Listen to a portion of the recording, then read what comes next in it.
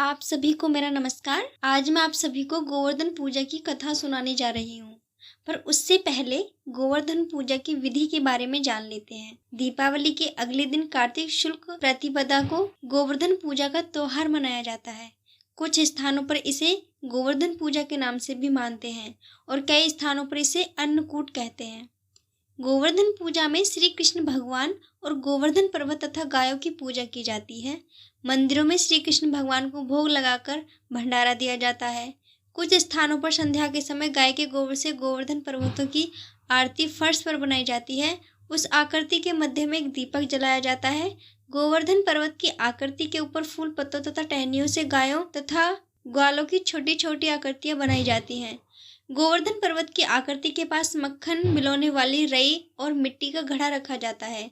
पूजा करते समय गोवर्धन पर्वत की आकृति पर दूध, दही, गंगाजल, शहद तथा घर में बना हुआ भोग चढ़ाया जाता है। भोग चढ़ाने के बाद फिर गोवर्धन पर्वत रूपी आकृति की परिक्रमा की जाती है। गोवर्धन पूजा के दिन गायों को स्नान कराकर उनका श्रृंगार करने से ऐसा पुण्य प्राप्त होता है जो बड़े बड़े यज्ञ, दान आदि करने से भी प्राप्त नहीं होता।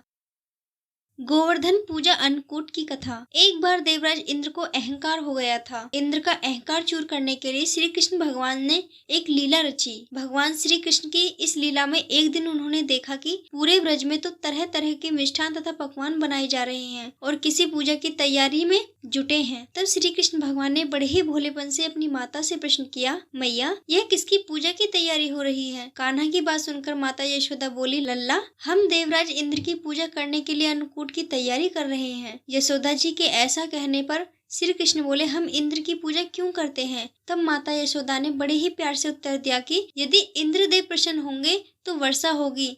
वर्षा होने से अन्न की पैदावार होगी जिससे हमारी गायों का चारा मिलता है। तब भगवान श्री कृष्ण ने इंद्र की निंदा करते हुए कहा कि उस देवता की पूजा करनी चाहिए जो प्रत्यक्ष आकर पूजन सामग्री को स्वीकार करे। श्री कृष्ण भगवान के ऐसे वचन सुनकर यशोदा के पास बैठी हुई गोपियों ने कहा कि कोटि कोटि देवता के राजा की इस तरह से निंदा नहीं करनी चाहिए। तब श्री कृष्ण बोले, इंद्र में क्या शक्ति है जो पानी बरसाकर हमारी सहायता करेगा? इंद्र से शक्तिशाली तथा सुंदर गोवर्धन पर्वत है जो वर्षा का मूल कारण है।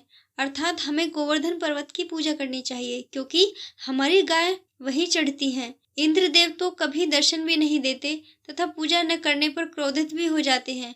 ऐसे अहंकारी की पूजा हमें नहीं करनी चाहिए।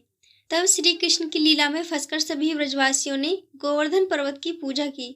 उसके बाद नंद जी ने ग्वाल गोपिकाओं सहित एक सभा में श्री कृष्ण से पूछा, इंद्र पूजा से तो भूखमरी, सूखा और अकाल समाप्त होगा, चौमासे के सुंदर दिन आएंगे, मगर गोवर्धन पूजा से क्या लाभ होगा? नंद जी के प्रश्न के उत्तर में श्री कृष्ण बोले, हमारी गाय गोवर्धन पर्वत पर चढ़ने जाती हैं तथा गोपियों की आजीविका का एकमात्र सहारा गोवर्धन पर्वत है। भगवान की बात सुनकर समस्त ब्रज मंडल बहुत प्रभावित हुए तथा सभी ने अपने घर जाकर पकवानों सहित पर्वत की तराई में श्री कृष्ण द्वारा बताई गई विधि से गोवर्धन पर्वत की पूजा की। भगवान की कृपा से सभी ब्रजवासियों द्वारा अर्पित समस्त पूजन सामग्री को गोवर्धन पर्वत ने स्वीकार किया तथा बहुत आशीर्वाद दिया। सभी जन अपना पूजन सफल समझकर प्रसन्न हो रहे थे। तभी महर्षि नारद इंद्र महोत्सव देखने की इच्छा से ब्रज में आए। उन्होंने ब्रजवासियों से पूछा कि इंद्र महोत्सव कहाँ से हो रहा है? तब ग्वालों ने नारद जी को कहा कि श्री कृष्ण की आज्ञा से इस वर्ष इंद्र महोत्सव समाप्त कर दिया गया है, उसके स्थान पर गोवर्धन पूजा की जा रही है। यह सुनते ही नारद उल्टे पांव इंद्रलोक चले गए तथा इंद्र देव से जाकर बोले, हे देवराज, तुम महलों से सुख की नींद ले रहे हो, उधर ब्रज मंडल में तुम्हारी पूजा समाप्त करके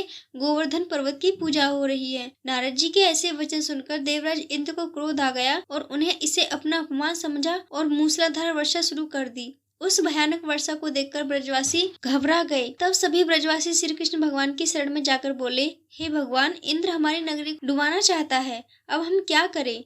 तब श्री कृष्ण ने ब्रजवासियों को धीरज देते हुए कहा कि आप सभी गोवर्धन पर्वत की शरण में चलो, वही हमारी रक्षा करेगा। इस तरह से सभी ब्रजवासी अपनी गायों के साथ गोवर्धन की तराई में पहुंचे गए। श्री कृष्ण ने गोवर्धन को अपनी कनिष्ठ उंगली पर उठा लिया। श्री कृष्ण की यह लीला देखकर इंद्रदेव क्रोधित हो गए और उन्होंने वर्षा का बहाव तेज कर दिया। इंद्र का अहंकार तोड़ने के लिए तब श्री कृष्ण भगवान ने सुदर्शन चक्र से कहा कि आप पर्वत के ऊपर रहकर वर्षा की गति को नियंत्रित करें और शेष नाग से कहा कि आप पेड़ बनकर पानी को पर्वत की ओर आने से रोके। इंद्र लगातार 7 दिन तक मूसलाधार वर्षा करते रहे और 7 दिन तक गोपी और गोपिकाएं उसी छाया में सुखपूर्वक रहे।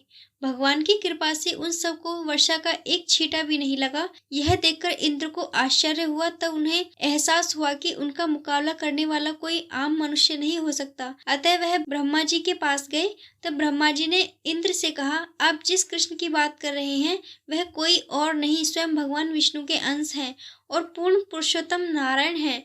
ब्रह्मा जी के मुख से यह सुनकर इंद्र लज्जित हुए और श्री कृष्ण से कहा, हे प्रभु, मैं आपको पहचान नहीं पाया, इसलिए अहंकारवश भूल कर बैठा। आप मेरी भूल को क्षमा करें। उसके बाद देवराज इंद्र ने भगवान श्री कृष्ण की पूजा की और उन्हें भोग लगाया। पुराणों में वर्णित इस घटना के बाद से गोवर्धन की पूजा शुरू हुई और इसी के साथ यह कथा समाप्त होती है। कहानी सुनने वालों का भी भला और सुनाने वाले का भी भला। यदि आपको गोवर्धन पूजा की विधि और कथा पसंद आई हो तो हमारे चैनल को सब्सक्राइब करें तथा कमेंट बॉक्स में जय श्री कृष्ण भगवान लिखना न भूलें। आप सभी का हार्दिक धन्यवाद। जय श्री कृष्ण।